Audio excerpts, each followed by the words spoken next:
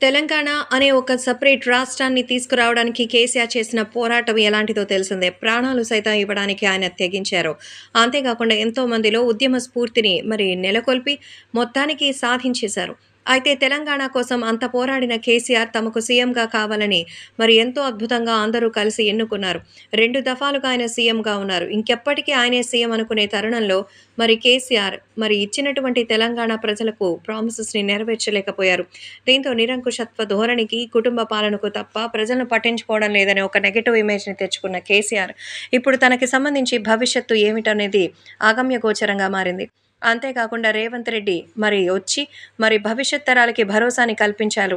అయితే తెలంగాణకి సంబంధించినటువంటి విషయంలో రేవంత్ రెడ్డి దూసుకొచ్చిన విధానం కేసీఆర్ మీద విముఖతను ఆయన పాజిటివ్‌గా మార్చుకున్నారు. సో, రేవంత్ రెడ్డి ఇప్పుడు విజయదుందుభి మోగించారు. కేసీఆర్ తన మీద పెట్టినటువంటి కక్ష, కార్పణ్యాలను పక్కన పెట్టి అనారోగ్యంతో ఉంటే వెళ్లి పరామర్శించారు.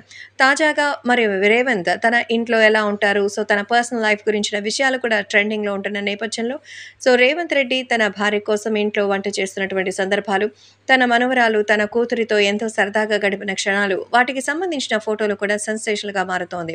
సో, ఒక రాష్ట్రానికి సీఎం అయినా ఇంట్లో ఎంతో సింపుల్‌గా ఉంటారని అందరూ కూడా ఎంతో గొప్పగా చెప్పుకుంటున్నారు. సీఎం అయిన తర్వాతే కాదు, సీఎం కాకముందు కూడా ఆయన అందరితోనూ చాలా ప్రేమగా ఉంటారు. సో, తనకున్నటువంటి అధికారము, డబ్బులు, పదవి, అర్హత ఇవన్నీ పక్కన పెట్టి వచ్చినటువంటి ప్రతి ఒక్కరిని సాదరంగా పలకరించి మాట్లాడడం రేవంత్ దగ్గర ఉన్నటువంటి స్పెషల్ థింగ్. కాబట్టే ఈరోజు ఇంత సక్సెస్‌ని సాధించారు అంటున్నారు రేవంత్ ఫాలోవర్స్.